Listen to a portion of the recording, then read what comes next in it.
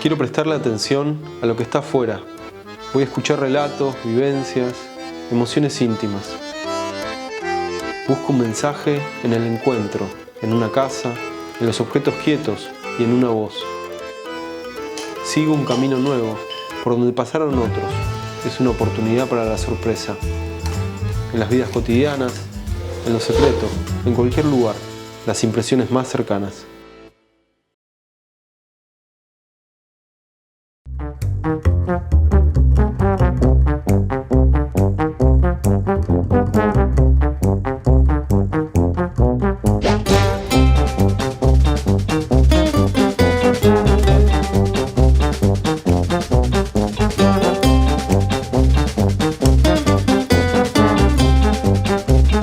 Hola, soy Luciano Rollero, soy artista callejero, artista de variedades escénicas y gestor cultural. Los invito a mi casa a que vean y sepan un poco más de mi historia.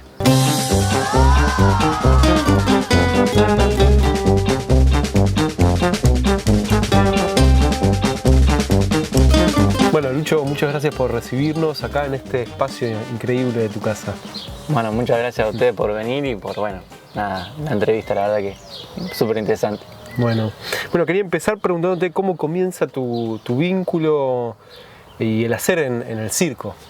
Bueno, empieza cuando yo tenía 13 años, que es una larga historia, pero ¿cómo te la resumo? Vino una chica que quería estudiar veterinaria acá a mi casa, a mi viejo le dieron alojamiento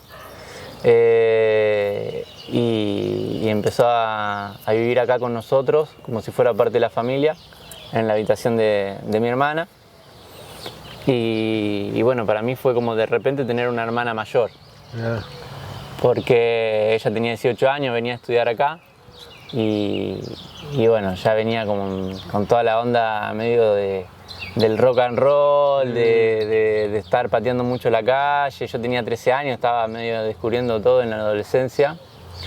Y bueno, al mismo tiempo ella fue como que se juntaba con los que hacían malabares acá en Pico, los primeros que hacían malabares. Ella hacía bastón y bueno, se juntaban acá en mi casa a practicar. Y ahí empecé a hacer malabares con las pelotitas y a los 14 años ya me animé y fui al semáforo a tirarme solo por jugar, ¿no? Por desafío, para estar ahí con un amigo. Nos hacíamos para las galletitas la Coca-Cola y nos quedábamos de risa y después a los 16 años medio como que me lo tomé un poco más como decir, bueno, empiezo a profundizar, quiero aprender un poco a hacer malabares. Ahí fue cuando fui a La Candona y conocí a la Roy y a Guille, que fui como para querer aprender a hacer malabares y al final era yo el que sabía hacer más malabares que los demás. Así que bueno, fue un poco compartir ahí, éramos todos medio autodidactas, así que el que sabía un poco de técnica de teatro nos enseñaba un poco, el que sabía algo de payaso enseñaba un poco, o de danza o de malabares o lo que sea, en medio se compartía ahí. Y bueno, la primera vez que subí en escenario fue también con el placer de compartirlo con Guille y con Ro. La verdad que son momentos inolvidables que te marcan, ¿no?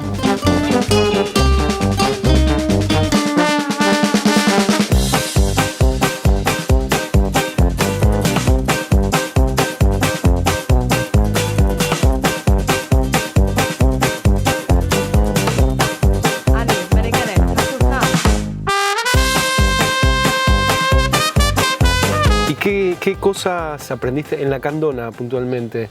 ¿Qué cosas aprendiste que te ayudaron para llevar esa inquietud a otro lugar, digamos? La verdad que aprendí muchas cosas porque ya aprender a ser autodidacta es un montón. Aprender el hambre de que queríamos aprender y todas las cosas que queríamos hacer para los pocos recursos que teníamos. Fue increíble la cantidad de cosas que hicimos, un montón de espectáculos diferentes. Salimos a la calle a hacer espectáculos, a hacer convocatorias. De repente yo tenía 16 años y ya estaba trabajando, ya podía tener mi mis recursos. Y bueno, aprendí también el descubrir que de esto sí se puede vivir. Me acuerdo cuando Karina Ramella fue y nos organizó como grupo, de que nos planteó como objetivos de grupo, y entre uno de esos objetivos era vivir del arte. Y ese me quedó ese objetivo para el resto de mi vida. Hasta el día de hoy lo tengo como objetivo, vivir de lo que a uno le gusta, que ya saber de qué es lo que a uno le gusta es un montón. Sí, sí. Vivir de lo que a uno le gusta es 10 veces más complejo. Así que nada, agradecido de que lo pueda seguir haciendo al día de hoy, que ya pasaron 20 años de esa época. Y ahí también fue donde empecé también la carrera un poco con Julián, que hasta el día de hoy seguimos trabajando como en la Resultado Humor y Circo. La verdad que fue cosas que aprendí y son incalculables, pero principalmente eso es lo que más me marcó, creo. Claro, hay algo de la organización, ¿no? De pensarse como artista, de ser parte de un grupo y de proyectar hacia adelante, ¿no? Sí, totalmente. Yo creo que cualquier cosa que vos quieras encarar, si no tiene una proyección, es como que tiene una vida útil corta, ¿no? Claro. Es un poco así, uno trata de proyectar a futuro para lo que hace sea sustentable también.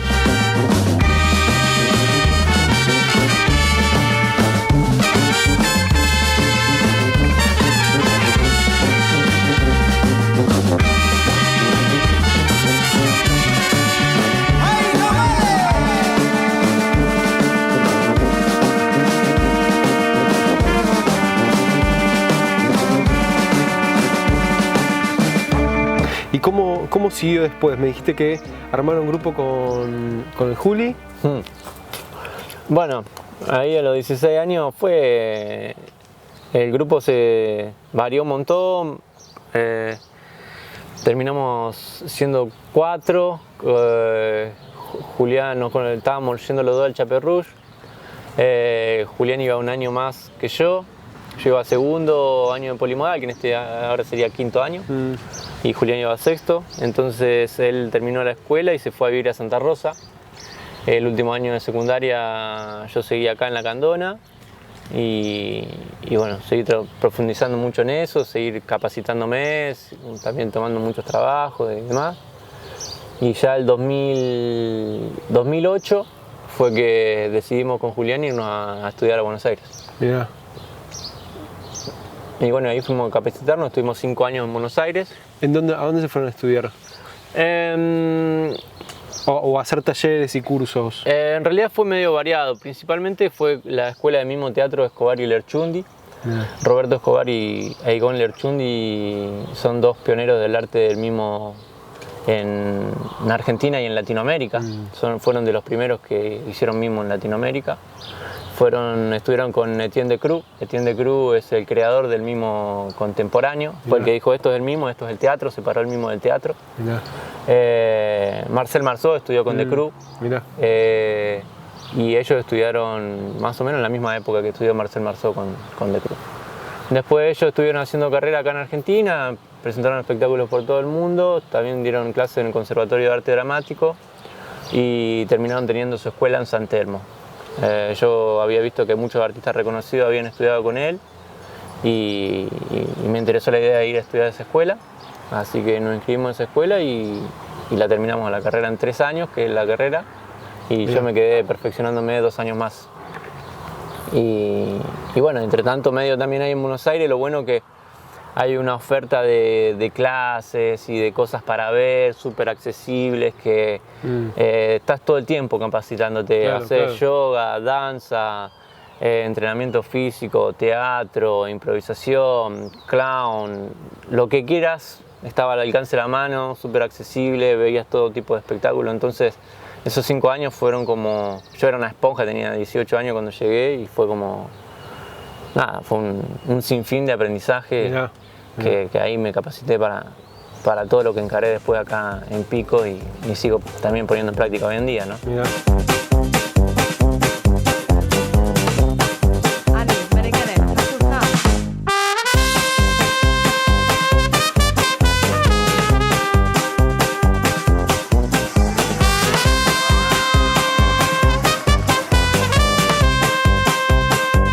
Che, Lucho, y hoy en día en tu hacer diario, en el trabajo, ¿cuál es tu perfil? O si hay un personaje, o si hay una técnica en específico. Sí, yo me manejo básicamente con la técnica de clown o de payaso.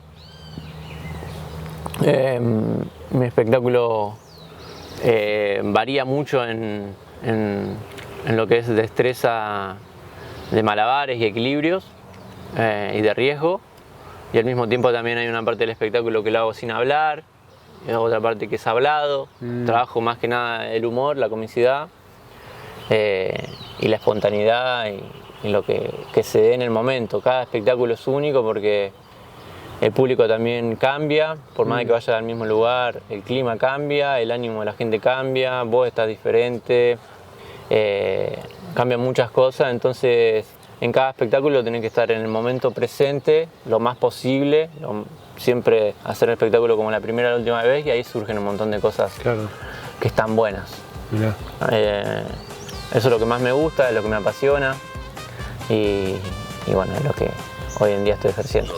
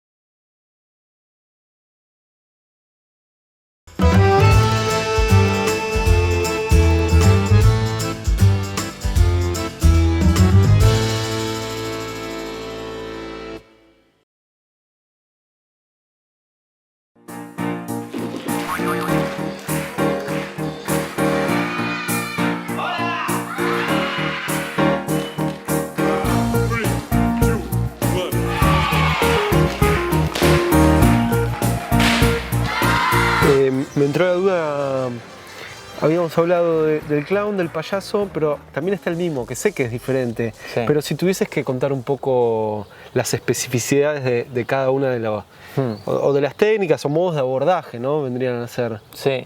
Bueno, el mimo es el arte del silencio, ¿no? Básicamente es el comunicarse corporalmente sin la palabra. Se dice que el mimo se llama mimo porque supuestamente es como que uno le hace un mimo al aire, una caricia al aire, y a través de eso vos vas contando una historia, ¿no? Claro. Entonces, básicamente el mimo, para resumirlo, es eso. Y después, que me encanta cómo se complementa con la técnica de clown o de payaso, que la técnica de clown o de payaso es mirada a público, o en este caso podría ser la mirada a cámara, ¿no? Mirada abierta, y se trabaja con la mirada a público para conectar con el público y transmitir lo que uno está transitando, lo que uno está viviendo, ¿no?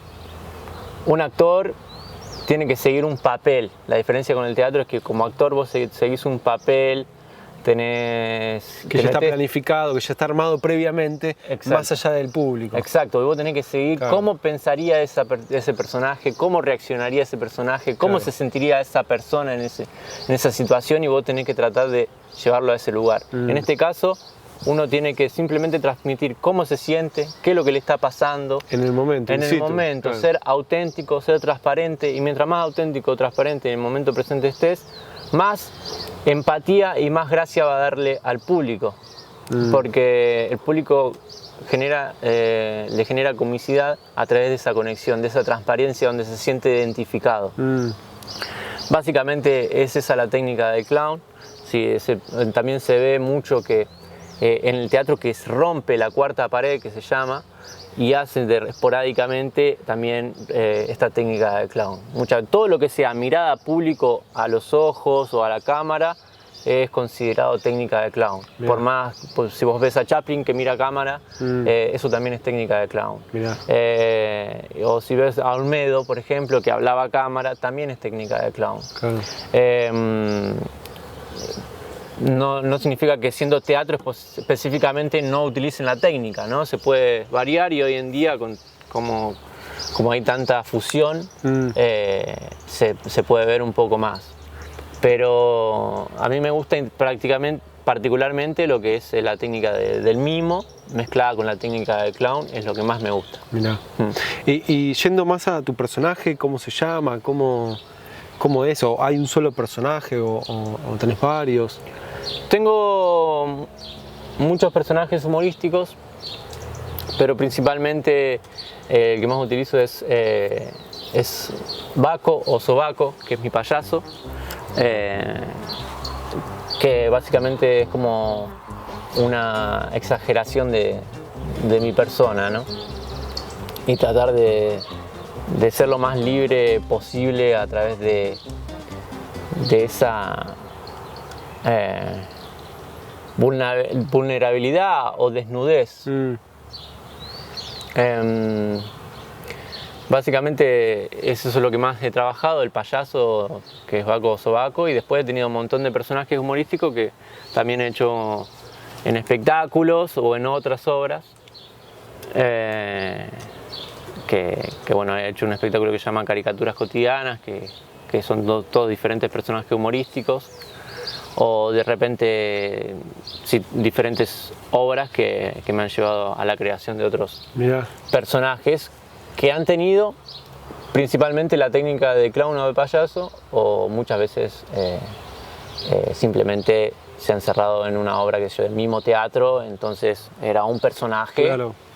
Y no podía salir de ese personaje, como en el teatro, pero sin hablar. Claro, y es mucho más intenso la corporalidad. Cuando está bien hecho te lleva a otros planos que la palabra no... Para mí, ¿no? Tiene mucha más profundidad el silencio, el gesto, que lo que puede transmitir una palabra. Estamos muy habituados a la palabra. Claro. Particularmente en gusto yo tengo un cierto rechazo al teatro hablado, que ocurre todo en un mismo lugar y hablan todo el tiempo y uno se tiene que imaginar todo lo que hablan y estar presente en lo que hablan. Particularmente tengo cierto rechazo a eso, me gusta más que pasen 1500 cosas en diferentes lugares, con diferentes posturas, corporalidades, personajes, gestos, mundos imaginarios que puedes llegar. Vos con el cuerpo podés de repente estar subiendo una escalera, tirarte de un 5º piso y estar cayendo en el aire, caer abajo del agua, o sea, 1000 mundos en 1 metro cuadrado. Claro. Que esa es la posibilidad que te da también un poco el mimo, ¿no? Está buenísimo eso. Y me imagino que tus personajes, incluso cuando hablan, igualmente se mesuran con la palabra. No son verborrágicos, ¿no? Trato de hablar lo menos posible. Claro. Eso es una de mis particularidades, como hablar lo justo y lo necesario, no abusar de la palabra, porque también el nivel de atención... Yo he hecho espectáculos callejeros sin hablar, sin decir una sola palabra, y he hecho espectáculos callejeros hoy que hablo la mayor parte del tiempo, ya sea en español o en italiano. Y la verdad que si vos hablas mucho, por mi experiencia, es como que la atención del público se baja. En cambio, si vos lográs tener la atención del público sin hablar, es como que el público está más atento, como qué está pasando, qué va a pasar, qué va a hacer, qué está haciendo. En cambio, vos podés estar escuchando y estar mirando para otro lado. Estar escuchando y mirando el celular. Claro. Que vos más o menos seguís el hilo. Sí. En cambio, si tenés que verlo, tenés que estar ahí. Y un gesto, un movimiento, una acción te cambia la aparición de la palabra, como que le das un poco de sentido, entonces uno se relaja un poco. Exacto. Ya entiende algo, ¿no? Porque el personaje ya habló, ya dijo. Yo creo que por ahí va también la mano de esto de la profundidad. Claro. Por ahí. Totalmente. Che, y me da curiosidad, cuando haces los espectáculos en la calle, ¿ya sabés previamente si va a ser más mimo que clown, en el sentido de qué recursos vas a usar, o lo terminás de decidir ahí? Supongo que hay, obviamente por una cuestión de logística, hay cosas que ya sabés por los elementos que trajiste, ¿no? Pero ¿hay cosas que decidís a partir del público? Siempre te tenés que adaptar en cada lugar. en cada situación, cada espacio que vos llegás tiene sus condiciones. Capaz que fuiste a trabajar a la misma plaza toda tu vida, pero justo fuiste un día y donde te parabas abajo de la luz no anda. Claro. O sea, se quemó el foco. Cambió todo. Te tenés que parar en otro lado de la plaza, o de repente hay viento, te tenés que poner el lado más reparado. O depende de dónde venga el viento, también te complica para hacer malabares. O hay poca gente, si hay poca gente, capaz que te tenés que acercar más a lo que es la peatonal. Si hay mucha gente, decir, bueno, aprovecho el espacio y lo amplío un poco más. Si ves que la convocatoria es muy complicada, y bueno, tenés que tener en cuenta que o sea, si juntar la gente es muy difícil, tenés que tener en cuenta que la primera parte la tenés que estirar un poco más, claro. O capaz que tengas que hacer algo más. Para reunir. Como para arrancar el espectáculo, claro. Con mucha gente. Si el espectáculo ves que, no sé, hay mucho flujo de gente, que al prender una antorcha y se llena de gente, decís, bueno, esta parte la hacemos rapidito, así claro. Aprovecho. Qué sé yo, si, no sé, la gente pasa el ruedo donde va a hacer el espectáculo, pasa mucha gente cerca, y bueno, sabés que lo tenés que hacer rápido porque la gente se desconcentra rápido. Claro. Si es un espacio que hay mucho silencio y no pasa nada, te puedes tomar tus tiempos, jugar con los silencios, sin hablar, podés disfrutarlo un poco más. Hay veces que de todas las condiciones, por más que haga el mismo espectáculo en el mismo lado, cada detalle influye y uno tiene que estar sumamente atento a esos detalles, porque claro. Un pequeño detalle de esos que vos, no sé, dijiste, bueno, lo hago igual que siempre, y había mucha gente de más y había otro evento capaz y se escucha el sonido y del otro lado había otra cosa, entonces la gente anda más dispersa, entonces tenés que estar más pilas. Si lo claro. Haces todo así lento, la mitad de la gente se te fue a mitad del espectáculo. Mirá. Y el repertorio físico, es decir, además de los malabares, ¿haces zancos o tenés otras? Sí, hago un poco de todo, pero me especifico básicamente en lo que es el monociclo, mira. Látigo, además de los malabares. Y bueno, nada, después hago un poco de todo, equilibrio en cinta, ahora estoy aprendiendo lanzamiento de cuchillo. Siempre me gusta explorar un poco de todos los elementos, pero claro. Bueno, me especifico más que nada en eso, en los monociclos, en el látigo, malabares con cuchillo, fuego, clavas, pelotas. Y esto lo haces, lo que estás haciendo ahora es un espectáculo tuyo solo. Sí. Se llama El Olor del Humor, Baco Sobaco, El Olor del Humor. Se conforman, el espectáculo completo son 4 números, pero bueno, principalmente hago 3. Es un número de fuego, de malabares. Después un número de látigo, un número con un participativo de niño que le enseña a volar y tiene todo un mensaje así un poco metafórico de la vida. Y después está el número final que es monociclo jirafa con cuchillos y bueno, el participativo del público que juega un poco con el humor también. Mirá.